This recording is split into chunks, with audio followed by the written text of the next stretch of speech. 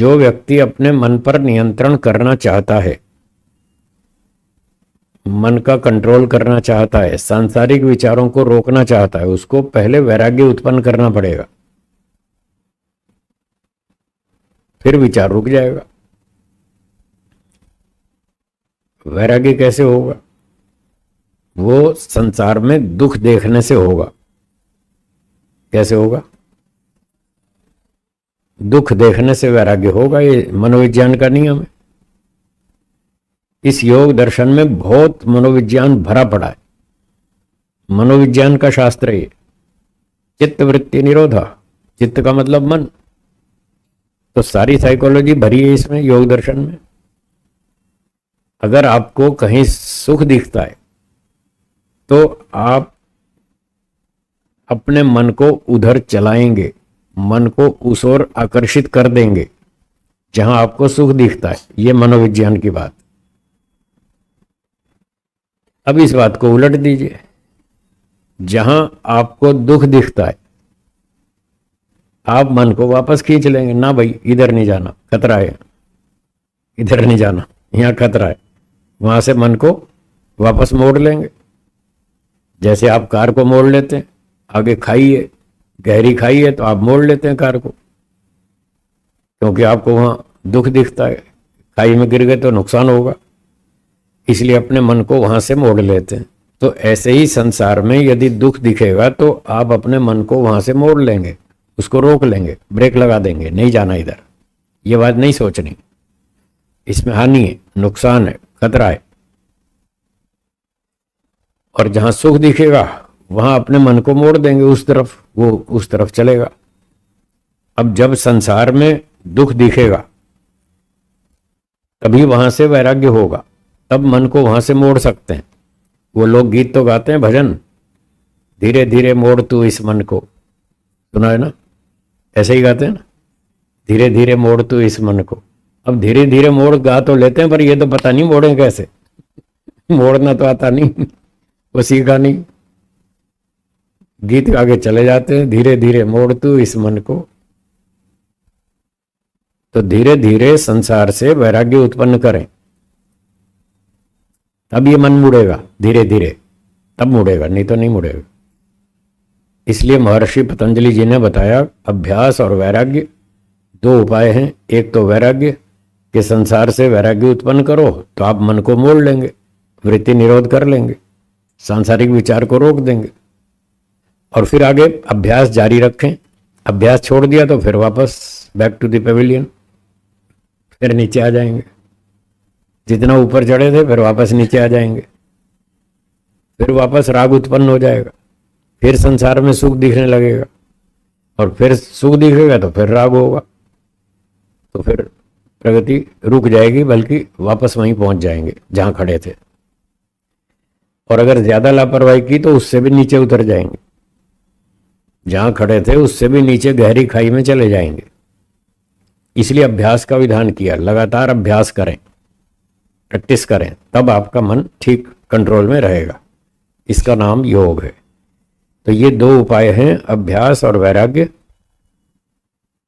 जहां भी आपको सुख दिखता हो, हाँ क्या बोला, दोहराइए, वहीं पर दुख देखना शुरू कर दें। ठीक है, जहां भी सुख दिखता हो वहीं दुख देखना शुरू कर दो, बस फिर वैराग्य हो जाएगा, फिर टिक जाएगा। जिस वस्तु में आपको सुख दिखता है, क्या उसमें 100% सुख है? नहीं है। और आप 100% देख रहे हैं, बस यही तो गलती है, इसलिए फंस जाते हैं वहां।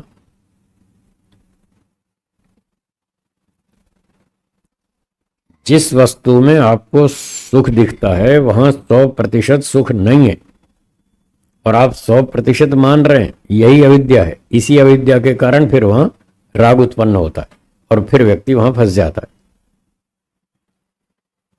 तो गलती क्या चल रही है? यही चल रही है कि 100% सुख नहीं है और 100% मान लिया, यही गलती है। अब जो गलती है इसको ठीक करें। वैराग्य उत्पन्न कैसे होगा वो बता रहा हूं। जो हमारा कंट्रोल करने का मूल आधार है, मन के विचारों को रोकने का जो मूल आधार है वो है वैराग्य। और वो वैराग्य कैसे उत्पन्न होगा? जिस वस्तु में 100% सुख नहीं है उसको हम 100% सुखदायक मान रहे हैं, ये गलती है, इसको ठीक करें। वो वस्तु 100% सुख नहीं देती है, कुछ कुछ दुख भी देती है, कुछ कुछ देती है या बहुत सारा देती है, बहुत सारा देती है, और हम उसको देख ही नहीं रहे। तब इस गलती को ठीक करें। कैसे ठीक करें? कि जिस वस्तु को हम सुखदायक मानते हैं उसको साथ साथ दुखदायक भी माने। अब तक केवल सुख की दृष्टि से देखा, अब कुछ दिन इससे उल्टा कर लो, अब उसको दुख की दृष्टि से देखो। भले ही वो थोड़ा बहुत सुख देती है, मैं उसका निषेध नहीं कर रहा, विरोध नहीं कर रहा, पर मैं कह रहा हूं थोड़े दिन के लिए उसको उल्टा करके देखिए, फिर आपको वैराग्य शुरू हो जाएगा। मान लो 50% सुख देती है और 50% दुख देती है। अब तक हमने या तो उसको ये मान लिया कि 100% सुख देती है, इसलिए फंस गए उसमें, राग हो गया। और या फिर हमने केवल उतने हिस्से को ही देखा, 50% को जो सुख देता है। हाँ जी, बात पकड़ में आई? या तो पूरा 100% सुख मान लिया, या जितना 50% सुख देने वाला हिस्सा है उसको ही देखते रहे, दुख देने वाले को देखा ही नहीं। परिणाम क्या हुआ? उसमें राग हो गया, उस वस्तु में राग हो गया। अब क्या करें? अभी सुख देने वाले हिस्से को देखा, अब कुछ दिन के लिए इसको बंद कर दें और दुख देने वाले हिस्से को देखें जो 50% दुख देता है, उस हिस्से पर दृष्टि करें, उस पर चिंतन करें, तो आपको वैराग्य शुरू हो जाएगा। उसको 100% दुख देने वाला मत मानिए, वो भी गलत है। जैसे 100% सुख नहीं देती वो वस्तु, 100% दुख भी नहीं देती। तो एक गलती तो कर ली, दूसरी तो मत करो, दूसरी मत करो। दूसरी गलती क्या है कि वो वस्तु 100% दुख देती है, ये भी गलत। 100% नहीं देती, 50% देती है। तो जितना 50% वो दुख देती है उस हिस्से पर ध्यान दें, तो वहीं से भी आपको वैराग्य हो जाएगा। फिर एक व्यक्ति ने कहा जी 50% सुख भी तो देती है। मैंने कहा हाँ देती है, तो फिर वो भी तो सच्चाई है, उसको भी तो देखना चाहिए। मैंने कहा उसको देखोगे तो फिर फंस जाओगे, फिर राग हो जाएगा। सुख वाले हिस्से को देखोगे फिर फंस जाओगे, फिर वापस राग हो जाएगा, फिर आप मन का कंट्रोल नहीं कर पाएंगे। इसलिए थोड़े दिन तो केवल दुख वाले हिस्से को देखो, तो आपको थोड़ा थोड़ा वैराग्य शुरू हो जाएगा। और चलो आप कहते हैं 50% वो सुख देती है, ठीक है, आपको कितना चाहिए? 50% सुख बोलो, तो 100 तो दे नहीं रही, और वो दे रही है 50, और आपको 50 से काम चलता नहीं, तो फिर क्या मतलब? क्यों उसके पीछे पड़े? छोड़ो। तो चाहे 50% वाले हिस्से को देखें, दुख देने वाले को, तो भी वैराग्य हो जाएगा। और इस एंगल से देखें कि वो 50% सुख दे रही है, तो भी हो जाएगा वैराग्य, क्योंकि आपका 50 से काम चलता नहीं, आपको तो 100 चाहिए और 100 वो देती नहीं। इस तरह से बार बार सोचेंगे तो उस चीज से आपको वैराग्य हो जाएगा। और ये वैराग्य सेकंड्स के हिसाब से चलेगा, ध्यान रखना, सेकंड्स के हिसाब से। 10 सेकंड आपने वस्तु में दुख देखा, कितनी देर? तो 10 सेकंड तक वैराग्य रहेगा।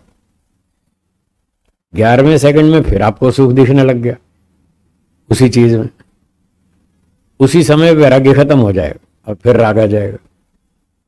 तो अविद्या से राग होता है, तत्व ज्ञान से वैराग्य होता है। बोलिए। तो 10 सेकंड तक आपके अंदर तत्व ज्ञान बना रहा कि ये वस्तु दुखदायक है, तो 10 सेकंड तक उससे वैराग्य बना रहेगा। 11वें सेकंड में फिर आपको सुख दिखने लगा, बस 11वें सेकंड में फिर राग शुरू हो जाएगा। इसलिए सेकंड्स के हिसाब से चलता है ये स्तर। बदलता है, फटाफट बदलता है। अब वो उसको पता है अंदर क्या हो रहा है, बाहर वाले को क्या दिखता है, उसको थोड़ी दिखता है कुछ कि इसके अंदर क्या चल रहा है। तत्व ज्ञान उठ रहा है या अविद्या उठ रही है, राग हो रहा है, द्वेष हो रहा है, वैराग्य हो रहा है, क्या हो रहा है वो तो उसको पता है, हर व्यक्ति को पता है। तो अपना अपना हिसाब स्वयं देखें, स्वयं चिंतन करें, स्वयं मनन करें, विचार करें और परीक्षण करें, मेरे अंदर अविद्या उठ रही है या विद्या उठ रही है, तत्व ज्ञान है या मिथ्या ज्ञान है। अपना परीक्षण स्वयं करें, यही योगाभ्यास है। 17 घंटे करना पड़ेगा, 24 में से 7 घंटा सो जाओ, छुट्टी, 17 घंटे करना पड़ेगा। आप कहेंगे बड़ा भारी काम। हाँ हाँ, भारी तो है ही, सरल थोड़ा ही है। सारा दिन सावधान रहना पड़ेगा, सारा दिन हमेशा मन के ऊपर नजर रखनी पड़ेगी। मन में कौन सा विचार हम ला रहे हैं, कौन सा ठीक है, कौन सा गलत है, पूरा चेक करना पड़ेगा। जैसे सोसाइटीज में आजकल वॉचमैन रखे होते हैं ना, वो हर आने जाने वाले को चेक करते हैं। हाँ भाई, कौन आया, कहाँ से आया, किससे मिलना है, बताओ किससे क्या काम है, सबको चेक करते हैं। फिर वो आदमी ठीक है तो उसको अंदर जाने देते हैं, फिर गड़बड़ लगे तो वहीं रोक देते हैं, नो एंट्री, नहीं जाने देंगे। जैसे वॉचमैन चेक करता है हर आने जाने वाले को, ऐसे ही आपको वॉचमैन की तरह से मन में आने जाने वाले सब विचारों को चेक करना पड़ेगा। कौन सा विचार आ रहा है, ठीक आ रहा है तो आने दो, गलत आ रहा है तो वहीं ब्रेक लगाओ, उसको नहीं घुसने देना। इसका नाम है योगाभ्यास। ये 17 घंटे करना पड़ेगा, आप देख लीजिए।